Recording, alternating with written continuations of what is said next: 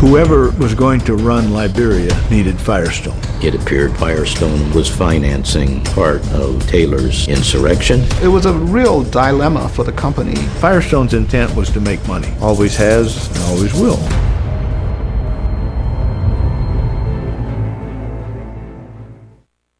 The polar bear's world is disappearing, and stories are emerging of the most powerful marine mammal on the planet taking advantage. Killer whales are the dominant predator wherever they go. Whatever happens next is bound to be dramatic.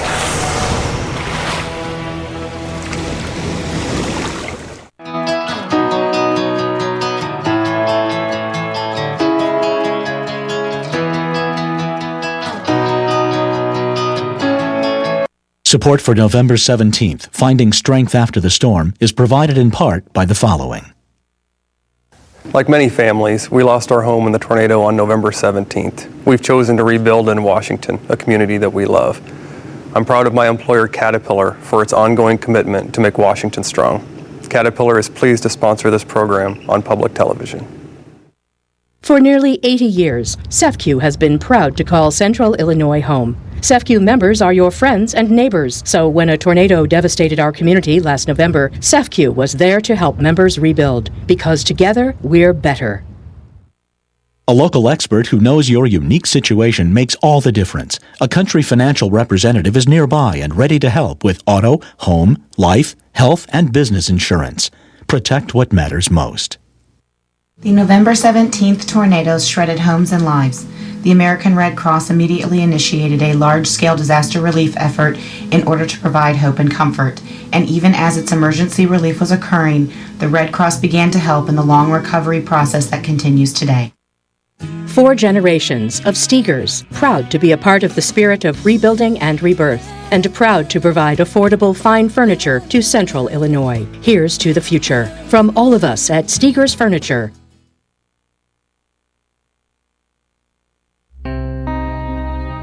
It was unusually warm for a November Sunday across Central Illinois. Families went about their normal morning routines, with many attending local churches. But just after 11 a.m., time came to a standstill. Quiet conditions yielded to threatening skies, which spawned a dozen twisters in Illinois, a record for that time of year. Attention all officers, there was a report, Tazewell County just called over, southeast Tazewell County, near Washington, funnel cloud, looks like it's coming down. 20, I copy. 12, I copy. Just heard from ESSA, there is a tornado on the ground.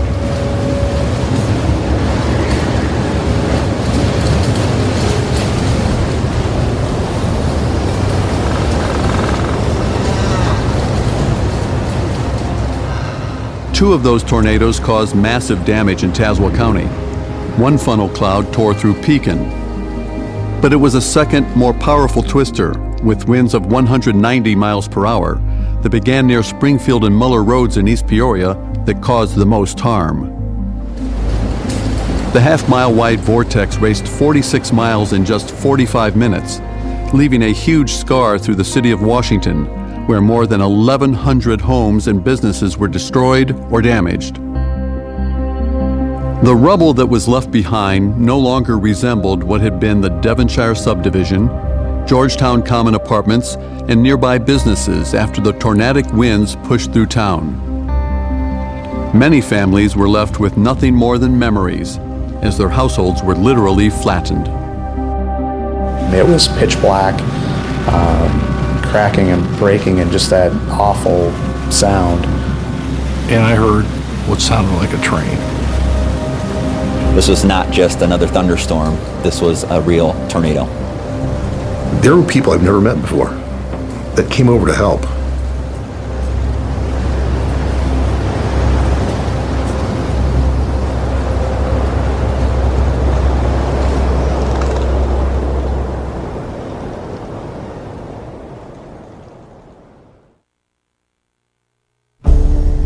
Family members for years had told Bob Montgomery of a tornado that had demolished their farm buildings. April 19th of 1941, a tornado came through this area. Took the other side, not this side, of Maine, but took the other side where the Smith farmstead is, and took everything but the house.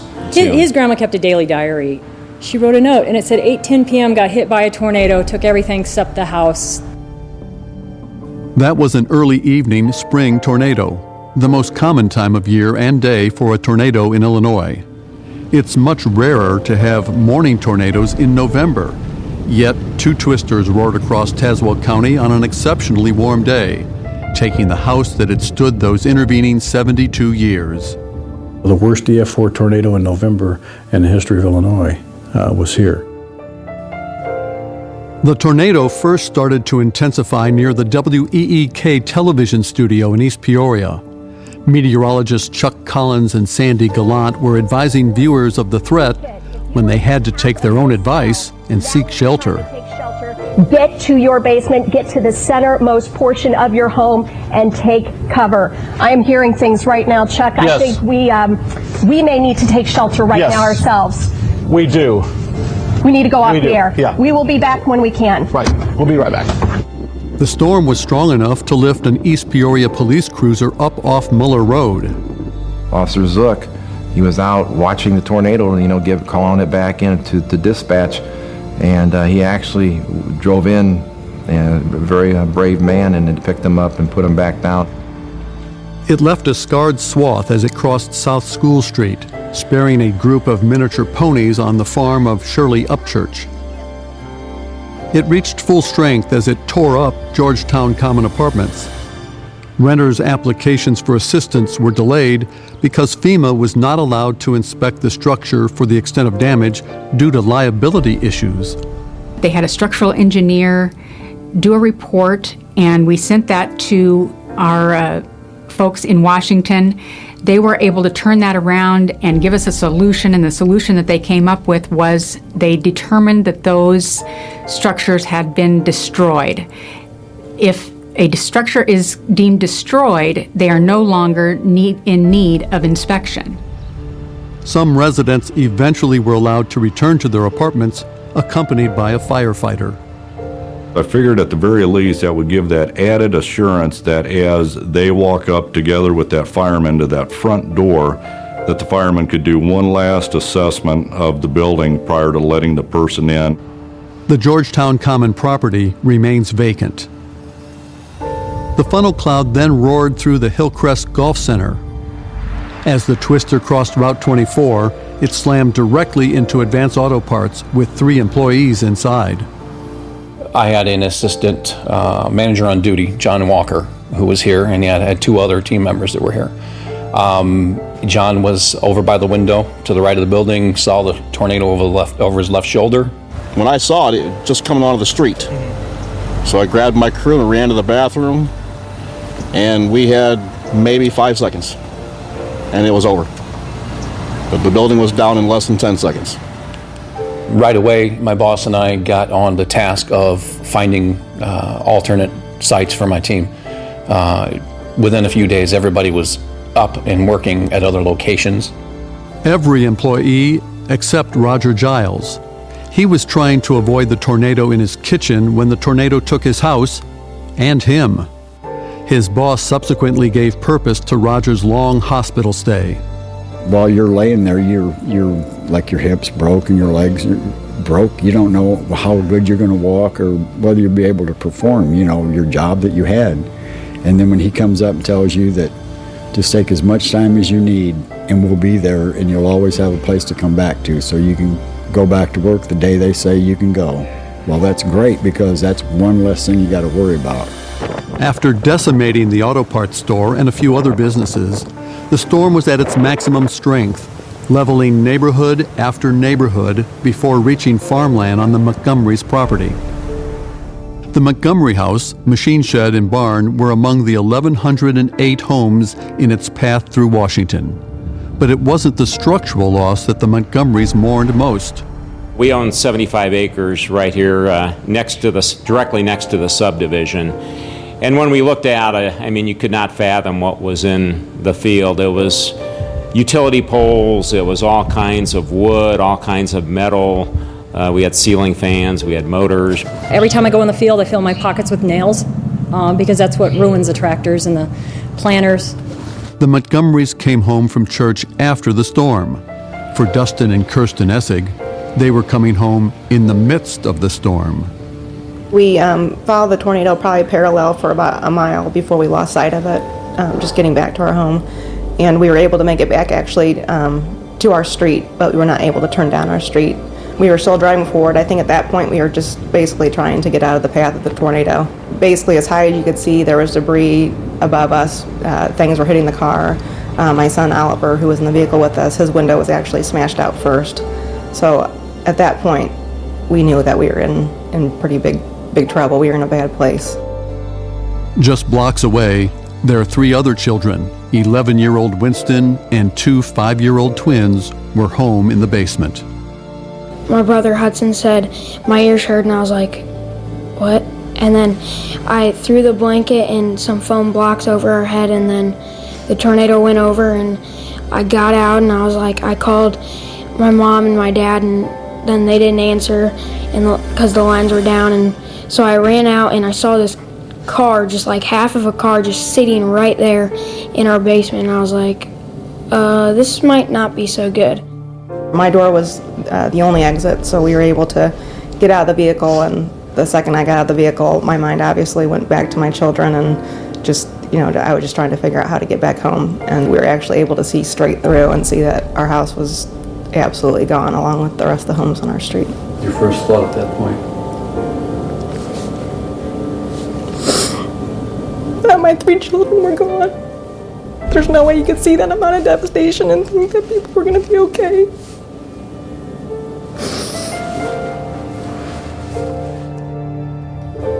The parents hurriedly clambered through the rubble before reaching the curbside of what was once their home to find an unexpected joy. Winston was at the top of the stairs, and as soon as I hit the end of the driveway, I saw the twins' little blonde heads coming up the stairs. I came up, and my mom, my dad, and my brother were all just standing at the bottom of the driveway. Like, they had mud all over them, and my dad had scrapes all on his back, and their hair was soaked, and their clothes were soaked, and everything was just messed up. And at the same time, we were just happy to be there, and we were just all hugging and crying. But as the reality of recovery set in, Winston's stoic bravery succumbed to emotional fears. I couldn't sleep at night, and I was even scared to sleep on the main floor, and then it was just a big problem for me, and I wouldn't want to go to sleep. I was like, there's going to be another tornado, there's going to be another tornado. I guess one of my lingering memories is just seeing our White House with that, mammoth storm directly behind our house, just getting ready to barrel it down. And so it's just kind of a hard image to erase from your memory. So I think for us, it's just best just to kind of move forward and just start fresh. But I'm glad to be not rebuilding in the same area. The Essigs aren't the only family to start anew. 72 lots are for sale in the affected areas for a variety of reasons. The second Tazewell County twister touched down in 3 separate neighborhoods in Pekin. It kind of skipped over 8th Street and went into an older area of town, probably built in the late 50s. Went through 2 streets there and then skipped over into Marigold Estates and hit a street in Marigold Estates. Unbelievably missed a trailer park. It missed a Casey's general store with gas station pumps, but it hit right behind that. The Pekin tornado wasn't as powerful as the one in Washington, but it still had the strength to leave mental scars. Like the Essigs, Taylor Lamberson and Nick Rogie were caught in their car just outside her parents' house in Marigold Estates. I felt the car being picked up. Yeah. And we were, slammed back down. We were moved a couple feet, and one of my windows shattered. Just the constant feel of the car shaking. Yeah. And you think any moment this can flip over. As we raise up and open our eyes, there's insulation all over the car. All over the dash, all over the back seat. Mm-hmm. Our back window's broken because we heard it break. I see the garage. It was kind of caved in, and we looked to our right, and the house next door was gone. With Nick and Taylor outside, her sister was only feet away inside the house. When the wind subsided, Brooke Brotherton stepped from the safety of the basement. Well, we kind of went outside, talked to the neighbors, making sure everyone was okay, and then I went inside just to see what else happened, and I walked down the hallway, and my door was shut, glass, I opened it, and my room was destroyed. In the months following, the sisters sifted through memorabilia as well as the mental phase of recovery. I know I had a lot of nightmares of tornadoes. I was having a lot of flashbacks of the day. I could remember every detail, minute by minute. I had a lot of nightmares throughout the months, flashbacks, a lot of flashbacks, and I went to counseling for it. There is a percent that are going to have the post-traumatic stress, but what we learned more is that a higher incidence of anxiety and depression associated with the disaster because reality's setting in now. Some individuals may even experience that so significantly that they might have panic attacks, and so during that time to do slow, deep breathing to help calm the body down as well as the mind. The Heart of Illinois United Way compiled a new booklet with suggested techniques to manage one's emotions. It addresses the calming and coping strategies that people need immediately after and short and long term down the road recovery skills for their emotional health. So our goal was, what can we do to restore emotional health and bring back hope to communities? Hope also can be found at Tri-County Long-Term Recovery, a one-stop shop of sorts to help families fulfill multiple needs without visiting a myriad of organizations. Long-term recovery really allows that to happen by a victim going to meet with a caseworker, explain their story, and that caseworker then becomes access to all of the services from organizations to resources, money, manpower, material that's available to help overcome that disaster. It also requires volunteers, of which there was no shortage. The challenge was how to manage such a large number. We had so many volunteers wanting to come help. It was finding the right avenue or finding proper jobs for them to do. That task fell to Bethany Community Church, which has coordinated the efforts of more than 13,000 volunteers. The supplies behind me, or a lot of them are either donated in kind or financial donations to our church, which set up a tornado relief fund that we've purchased to help have the right tools needed. And so we actually shut down most of the ministries of our church, at least for that first month or two, and focused primarily on sending volunteers out into the field. In some cases, the volunteers were literally in the field. We said, we need to hand rake this. And so we went out and bought, I think, 25 to 30 flexible garden rakes that we would have on hand every time volunteers would come. But then I decided, let's buy a landscape rake to put on the back of the tractor, and we bought a tractor, the New Holland tractor. We foamed the tires with insulation so it could run any place, because none of the farmers would want to come in with their vehicles because there's so many nails out there. And then we put the landscape rake on it, and then we decided, let's windrow it into rows. With the volunteers' help, they were able to plant 60 of their 75 acres in corn and beans. Other churches joined in the effort, including Grace Presbyterian Church of Peoria, which offered free carpentry for what is called Sheds of Hope. They contacted us and said, hey, we'd love to be able to build some sheds. And we said, well, we're kind of full with this whole volunteer management thing, but if we can open up some space for you in our barn, feel free to come out and start building. And they did. Volunteers were plentiful in the immediate aftermath of the storm. As time progressed, the altruism may have faded for some, but others, like the Christian Church in the Chicago suburb of Clarendon Hills, have made long-term commitments. This was the group's 9th trip to Washington. It's a good time to go because the farther away you get from something like that, the more people forget about it, and there's still a lot of need for it. So it was just the right time to come. There was another group that came earlier and put the shingles on the roof. See, I got that shed without shingles or siding so I could match the house. and I've got so many things to do that it's really helpful to have volunteers come. Don Hodel's new house on Gilman Avenue has a reminder of what has grown out of the carnage. It was offered to homeowners by Peoria Brick and Tile. Further up Gilman, different signs of strength pepper lawns as homeowners return to new houses in the old neighborhood.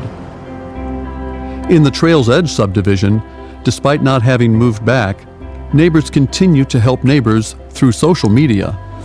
We have shared information like, this is a really good thing, or this is what I learned, or this contractor is terrible, don't use them. You know, any kind of information like that has been put on the Facebook page, and so it's been really helpful. You know, I may not see my neighbors right now, but I'm still getting information from them via the Facebook page. It's been a very valuable tool. The Cronkies may have lost their house from the foundation up, but they did not lose important family papers because they were stored safely in the basement. Taking pictures or video of what's in your house, things like that, just so you have a record of it, just anything to jog your memory about things that you might need to replace. The Bohr family did not keep personal items in a safe place prior to the tornado. With a 16-year-old diabetic daughter in the household, such an oversight became a critical issue. We had no insulin. We had no emergency supplies for low blood sugars. We had no site changes. All she had was the immediate things, like she could check her blood sugar. That's when we realized, you know what, we better have like a stash of not only diabetes supplies, but we're all asthmatics. We didn't have inhalers downstairs. I mean, I hadn't even thought of it. So now we have our own little kit of emergency medical supplies, along with some water and some other things. Brian Young will use electronic technology to give his family more notice of impending storms. I've added an app to my phone that gives me earlier warnings. We bought a weather radio to keep in the house because my son has asked, what do we do if it happens in the night? While families have changed procedures, so have cities like East Peoria. I can recall going to the command center at the Park District, and we didn't have modern maps. We didn't really have an established command center per se. And since then, we've met and we said we want to be more responsive. And in the future, we're going to have, we actually have designated a command center at the festival building. It's going to be, their generator will be ordered. We're putting stations for telephones and really looking at a totally different concept in a command center. Those issues did not preclude the affected cities from monitoring neighborhoods that could be subjected to the whims of scrappers, scammers, and looters. We put police cars in every neighborhood at the entrances, 24 hours a day, 7 days a week, all the way through. It must have been 2-3 weeks. The mayor made it very clear. He did not want these victims of this tornado to be victims all over, again, from scrappers, contractors that may not have had the victim's interest at heart. We put signs up in the neighborhood that any contractor had to be registered, and we would enforce that. And that was a good plan. Some people didn't like that at first because they wanted certain people to come in their neighborhood and do that work. Initially, we kind of tried to register scrappers, but the problem was they were told, you know, you can do anything on the roadway, you can do anything on the right-of-way, which is typically about 10 feet from the curb. But we had individuals that were going into structures or into devastated areas and retrieving stuff that they didn't have a right to. We had curfews at night, and we didn't have any looting. We were fortunate in that respect.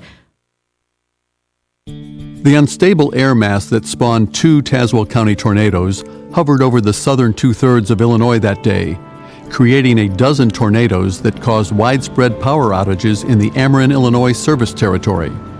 In East Peoria and Pekin, we had assigned crews there to deal with the restoration efforts. Obviously, the majority of our workers were in the Washington area because that's where we had the most devastation.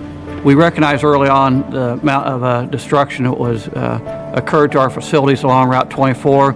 We had a lot of poles, a lot of conductors laying in the road for the safety of the public and for the safety of our crews doing a restoration effort. We felt it was necessary to shut the road down. So we worked with local officials to shut the road down it allowed us to work the restoration efforts off the road versus rough terrain. The folks from Ameren told us that had we not allowed them to do that, it probably would have been another week or better before they were able to get everything up, because usually everybody's trying to work around each other. This way, by closing off for basically 3 days is what we did fully without letting anybody back in. It gave them an opportunity to run lines that they didn't have to worry about dodging traffic or anything else. Prior to the storm, some of our distribution systems were in the right-of-ways behind people's homes, which at some point in time makes it difficult to get to. Due to all the devastation, we worked with the city and we were able to put our conductors in the ground in front of people's homes, which made it easier for us to get to if we have outages in the future. We had about 150,000 customers out throughout our service territory, and we restored about 95% within the first 48 hours, and within 3 to 4 days we had all the customers restored that could have power restored. Simply having power, again, going back to what I said earlier, it was a victory. It was some semblance of normalcy within our community when everything was dark for several days. The restoration of electric service wasn't the only issue. As the storm ripped houses from their foundations, it tore natural gas lines open. Several gas personnel came in. We closed some valves on some mains to isolate the blowing gas. Then once we had all the gas isolated, then we started with the repair to our gas system. The Red Cross was coming through the neighborhood in their disaster vehicles and checking with us, what do you need? Handing out bottled water, handing out masks because of the fiberglass and the insulation and the smell of gas was so bad, you could it would hurt your lungs. The cleanup expenses became a major source of contention. In some states, cities suffering a natural disaster would qualify for federal reimbursement for those costs. But Illinois is at a disadvantage because compensation is based on population. The more residents in a state, the higher the threshold. Mr. Woolner, our city manager, and myself went and sat and presented our findings of how much money that we needed to recoup. And they went through page after page of the submittals that we had and basically told us that we were probably not going to be eligible for FEMA funding because we didn't meet the threshold. The threshold is met by taking $1.35, multiplying it by the population of the state. We really feel that the federal law that the FEMA follows needs fundamental reform and improvement. It really is unfair to large states like Illinois and other large states as well that have big cities in them, but also many rural areas. And the formula that FEMA has followed with respect to aid to municipalities and counties just isn't fair. And we've got to change that. As expected, on March 4th, 2014, the Federal Emergency Management Agency rejected the state's amended request for funding municipal expenses like debris cleanup. The state waited a single day to react. We're allocating $45 million from our accounts, both our capital accounts and our emergency accounts, to make sure that we help Washington and East Peoria and Pekin and Tazewell County and every part of Illinois that were hard hit by the tornadoes. While the state assisted communities, private citizens also needed financial aid. Organizations like the Salvation Army and the American Red Cross responded quickly, backed by the donations of many. Some organizations chose to make material donations. One such company is Illinois-based The Pampered Chef. When this struck, it was devastating for our area. We've never seen anything like this happen before. And we have a strong customer base in the Tazewell County area, customers, consultants alike, and they lost everything. So we got together with the Pampered Chef and they put together basic boxes, basic essentials that would help people live out of a hotel room or whatever type of temporary housing they had. Local television and radio stations combined their personnel at the WTVP studio for a telethon that raised nearly $1 million in one night to help fund Red Cross efforts. The Red Cross came in and was handing out gift cards right and left within days of when the tornado hit. The Salvation Army was giving out gift cards to go purchase clothes from their store. Obviously, Red Cross and Salvation Army, they're trained to come in and do that. They were incredible. It was really nice to know that the Red Cross was there. Celebrities brought star power to the cause and also offered a helping hand. It really surprised me that, REO Speedwagon and Styx in Chicago and Jim Thome, the Blackhawks and the Chicago Bears, all kind of adopted Washington, Illinois. Bears owner George McCaskey came to Central Illinois to personally lend a hand at 5 Points, Washington, which became a clearinghouse for many needs. After the tornado, 5 Points, Washington was where everyone came at first. They came to find their loved ones. They came if they needed medical attention. They came to find answers. In the same building, the Washington District Library became a depository for lost items swept miles away in the storm. In a completely volunteer-driven project, individuals gather at the library to clean and then catalog cherished mementos, distinctive clothing, and photographs that have been turned in. Most items are scanned and placed in the library's website and then stored on several shelves at the library. The volunteers have learned there is meaning in nearly every item, no matter its condition. There was one photo that was partially torn. Some of the faces were torn out of it, but there was a child's face in that was clearly visible.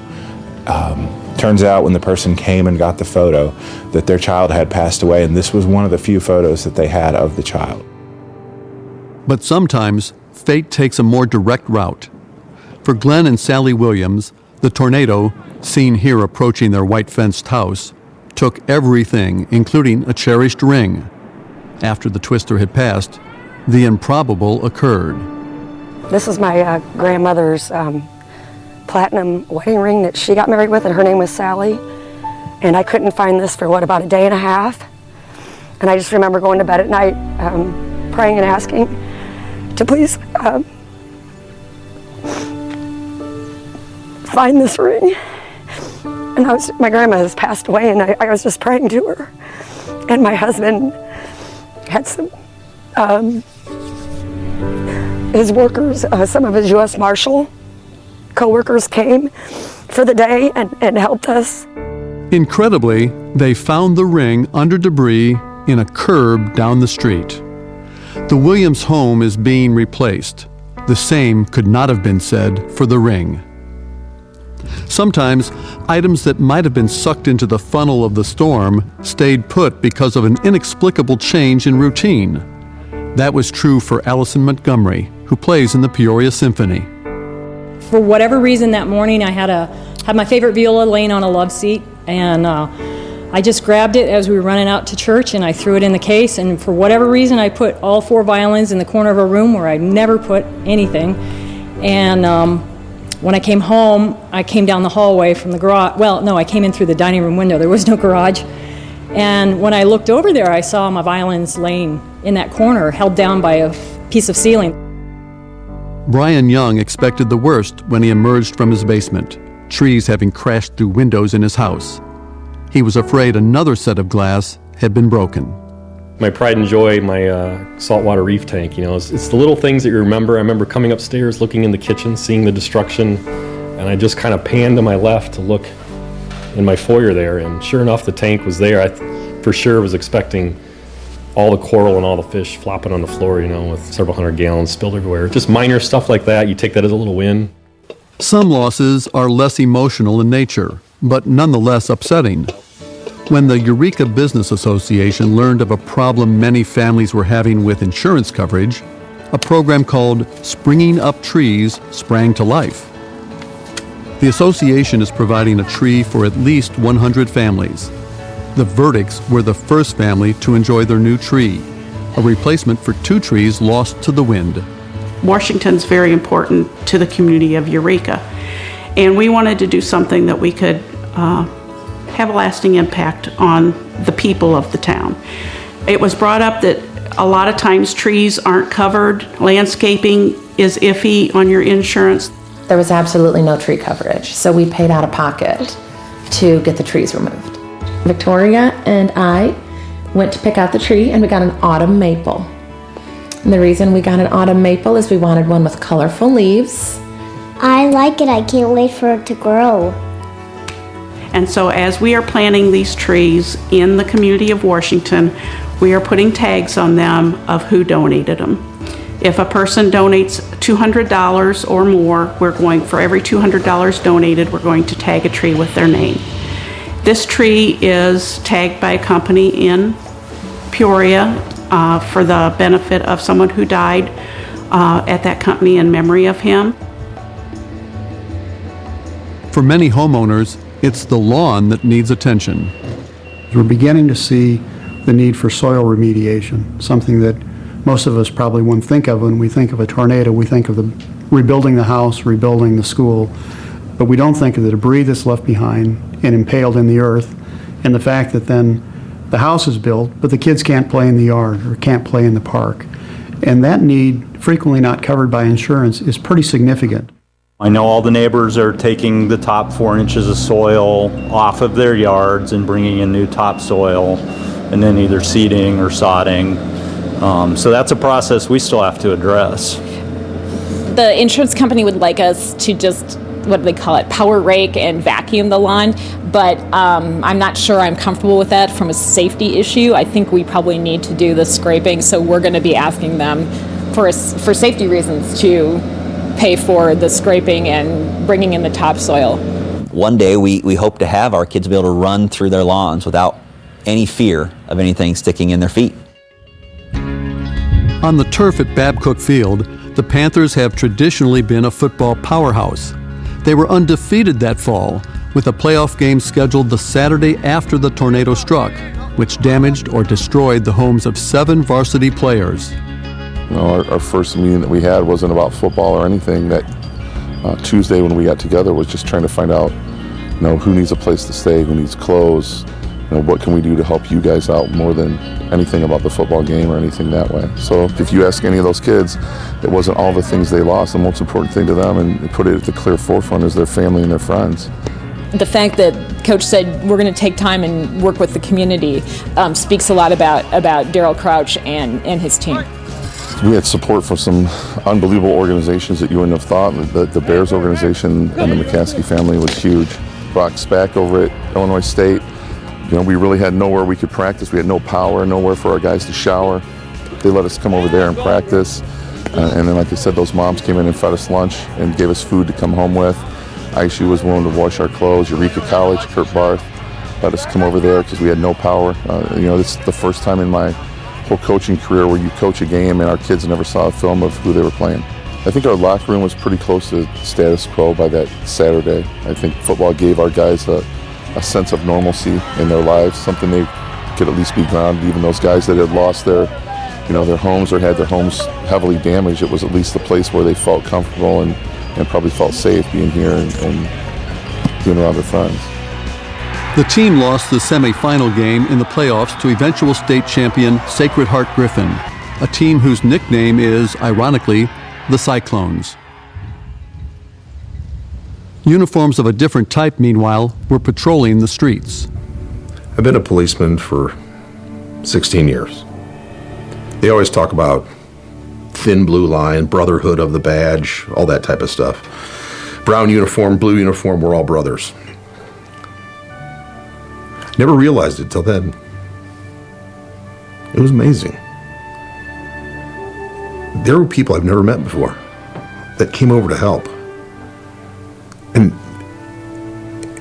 they didn't ask for anything. They didn't ask for pay. They didn't want anything other than to help. Our guys were working 12-hour shifts every single day. They worked for a couple months without a day off. 12-hour days going through just all kinds of debris. We noticed that our boots were getting all cut up. It was then that Gordon received a call from a member of the police department in Plainfield with an offer of new boots. John said, you know what? Can you get all their sizes for us and the brands they prefer? And sure. So I got all the sizes and the brands. I sent all of that to John, and it was amazing. He showed up for boots for every single member of this department. Plainfield, Illinois knew the need for boots firsthand. An EF5 tornado in 1990 killed 28 people. Sirens at that time sounded after the tornado had touched ground. Tazewell County had only 3 fatalities as its sirens and more recent forms of communication notified citizens beforehand. But come test time the month after the storm in Washington, the sirens remained silent. Instead of doing a monthly test with the tornado sirens like we do the first Tuesday of every month at 10 o'clock, this happened in November. We didn't do one in December, January, February. It was March was the first time that we did a live siren test. Now, we did silent tests to make sure all the sirens were in fact working, which they were. We did the silent test because we felt that, especially with school kids, younger school kids, it was a traumatic situation for a lot of people.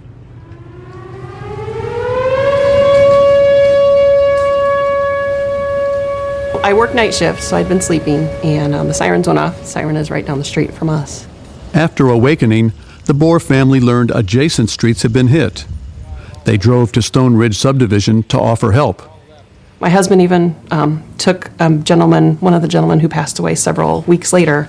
He was the one, he took him over in the back of our Expedition as an ambulance because we couldn't get through to 911. Because we couldn't text, there was no phone, no 911. It was a very surreal time, and we had no idea that it had gone further through town. All we knew was that it was the Stone Ridge and right over there at the entrance of that newer subdivision. We had no idea till about 2 hours later that Gilman was gone. Across the street from Travis Maxwell's house, an entire neighborhood lay flattened. The storm had left his house standing, but certainly not functional. Takes all of the furniture out of the living room, right through the windows. But on the deck, it left a light gauge aluminum, Home Depot type patio table with the chairs and the candles sitting on it. We had tree limbs lodged in walls. I found it inside. Oh yeah. The gentleman behind us had a really beautiful large pine tree, and I had part of his tree in my house, but that would make sense because it was doing this. It's just hard to believe what 30 or 40 seconds can do. No one has 25 sheets of plywood just sitting in the garage waiting for something to happen. So we took all of our interior doors and actually screwed them into the door jams or the window jams on the main floor just to try to secure the home. I remember the first day, that was one of the hardest for me, was driving away. We think we successfully left with maybe 30% of everything we woke up with that morning.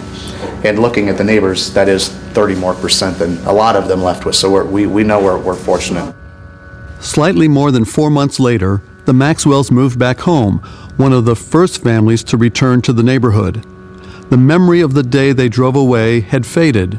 It was March 28th, and at last, life was getting back to normal. For me, though, driving this morning, and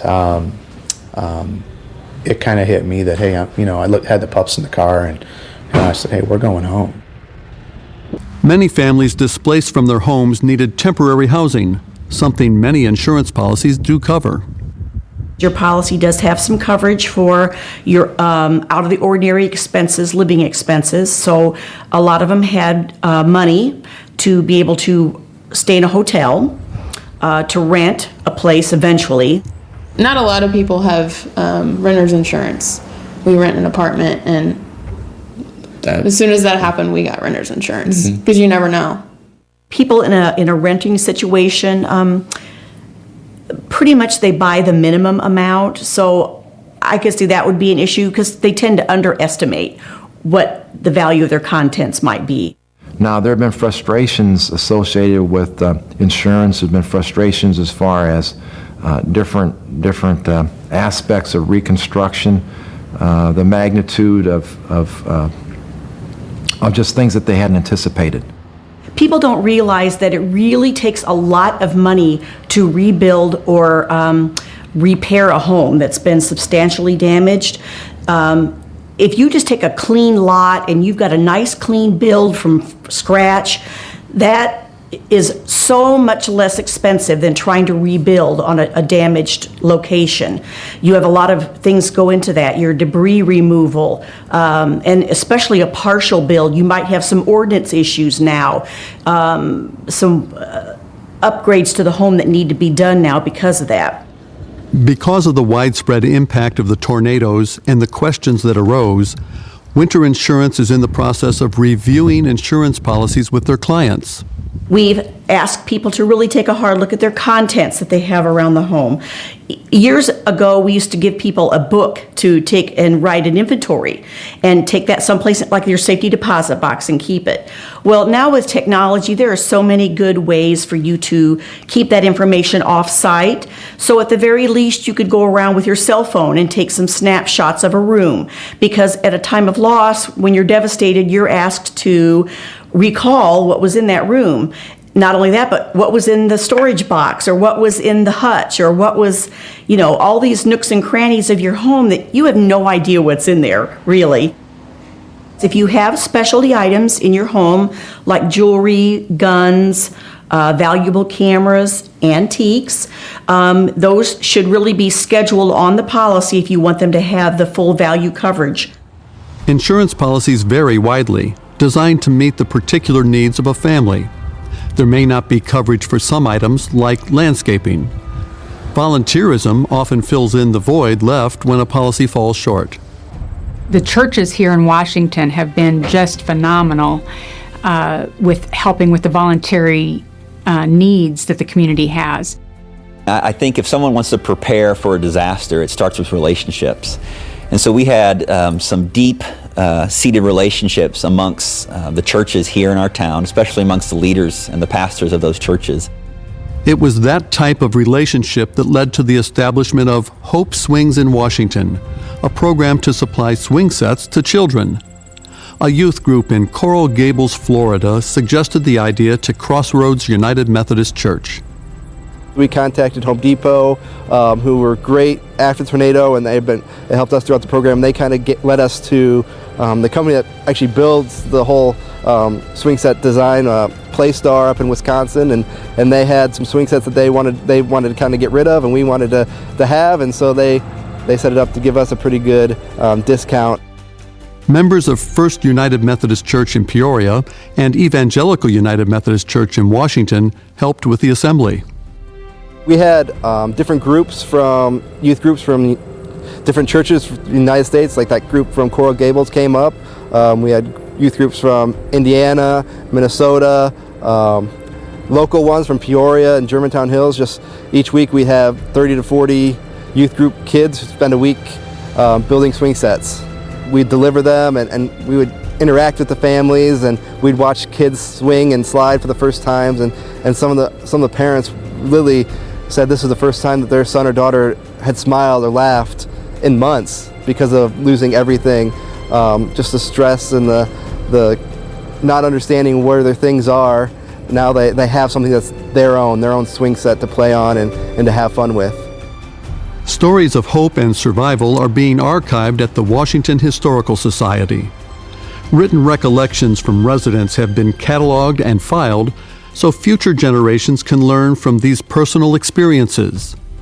They involve the unexpected, as a 96-year-old recalled in her submission to the program called Hope Lives On. She was trapped in the debris, and her neighbor came to get her, and she couldn't walk across the debris. Her whole house was gone, and so he went back to his house, got a wheelbarrow, threw her in the back, and wheeled her to the nearest shelter, and she said that was just the ride of her life at 96 years old. It was the highlight for her. The tornado's financial impact on communities is fairly well documented. I think we've got an accurate picture of our EAV, our property tax. We know that 47% was impacted, not entirely gone, but 47% is impacted.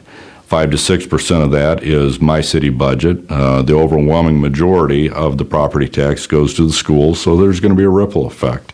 Joe Russell, Cycling Fitness, was down 30% in December, which is usually one of his bigger months. In January was probably 35%, is what he told me. You know, you hear a lot of talk about the economy, and yeah, it's kind of tough. Retail in general is not doing well. But yeah, we're doing as good as I could expect after such a tragedy. Our budget goes from May 1 to May 1. So from April 30th of 2014 and back it up a year, we had a major flood where the river was at its highest, and that impacted us greatly, impacted our brand new wastewater treatment building. We had that, we had the tornado, and then we had the snowstorms and the overtime and the salt and all of that to deal with. Washington's a pretty loyal town. I mean, close-knit people, church community. And they really have been good to us. And as soon as we opened the doors, it was like opening the floodgates. They all came in, first of all, make sure we were okay and give business back to us. So the impact was better than we had expected. The human spirit is healthy in Tazewell County. Residents have demonstrated a resolute determination to overcome the worst that Mother Nature can serve. 2 tornadoes on the eve of a brutal winter. The cleanup of debris, the building of houses, the planting of greenery, and the smiling faces are all signs of a strong community. The signs are everywhere. Hillcrest Golf Center reopened. Cambridge Estates is whole once again. Taylor and Nick will marry next May 23rd. Advance Auto Parts reopened. And Roger Giles is back at work. On that day, we found out that very quickly your life can go upside down. Very quickly. And you better make the most of every moment that you have. Now you count on your friends and family to be there to help you. The next thing we felt compelled to do is help. Our desire was to not only care for those within our church, but to care for our community.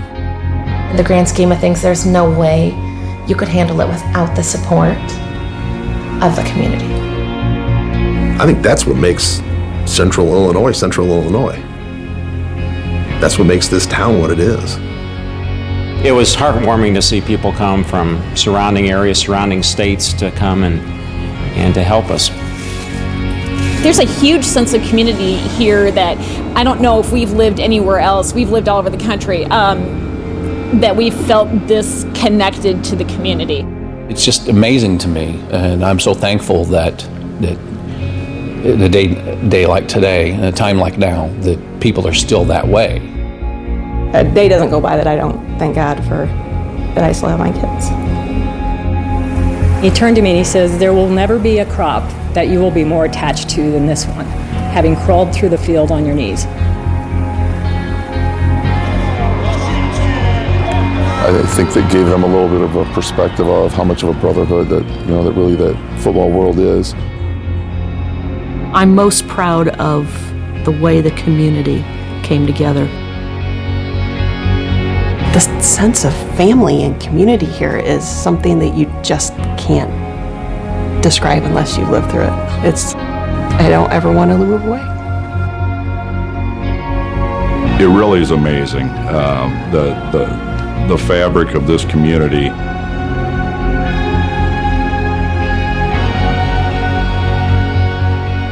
But I don't think anybody really realized the human spirit that was alive and well in Washington, Illinois, and it continues to be so.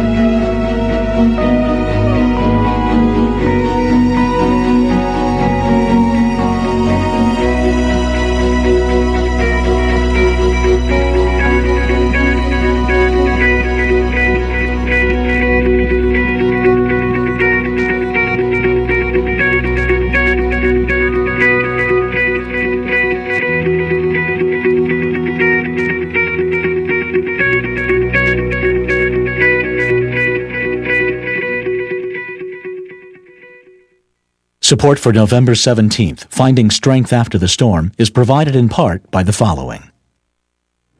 Like many families, we lost our home in the tornado on November 17th. We've chosen to rebuild in Washington, a community that we love.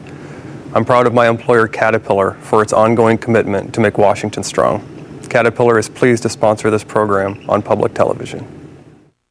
For nearly 80 years, CEFCU has been proud to call Central Illinois home. CEFCU members are your friends and neighbors, so when a tornado devastated our community last November, CEFCU was there to help members rebuild, because together we're better. A local expert who knows your unique situation makes all the difference. A Country Financial representative is nearby and ready to help with auto, home, life, health, and business insurance. Protect what matters most. The November 17th tornadoes shredded homes and lives. The American Red Cross immediately initiated a large-scale disaster relief effort in order to provide hope and comfort. And even as its emergency relief was occurring, the Red Cross began to help in the long recovery process that continues today. 4 generations of Steegers, proud to be a part of the spirit of rebuilding and rebirth, and proud to provide affordable, fine furniture to Central Illinois. Here's to the future. From all of us at Steegers Furniture. Additional local support provided by Autobahn Company Incorporated, Illinois Central College, Illinois Department of Commerce and Economic Opportunity, and Menold Construction and Restoration.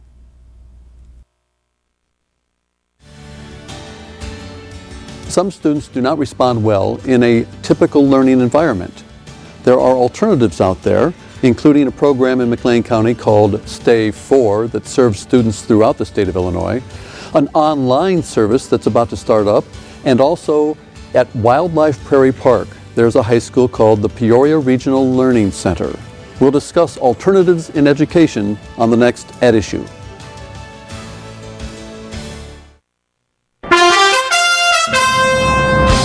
I'm Susie Garib with a nightly business report news brief. Wall Street was buzzing today about 2 massive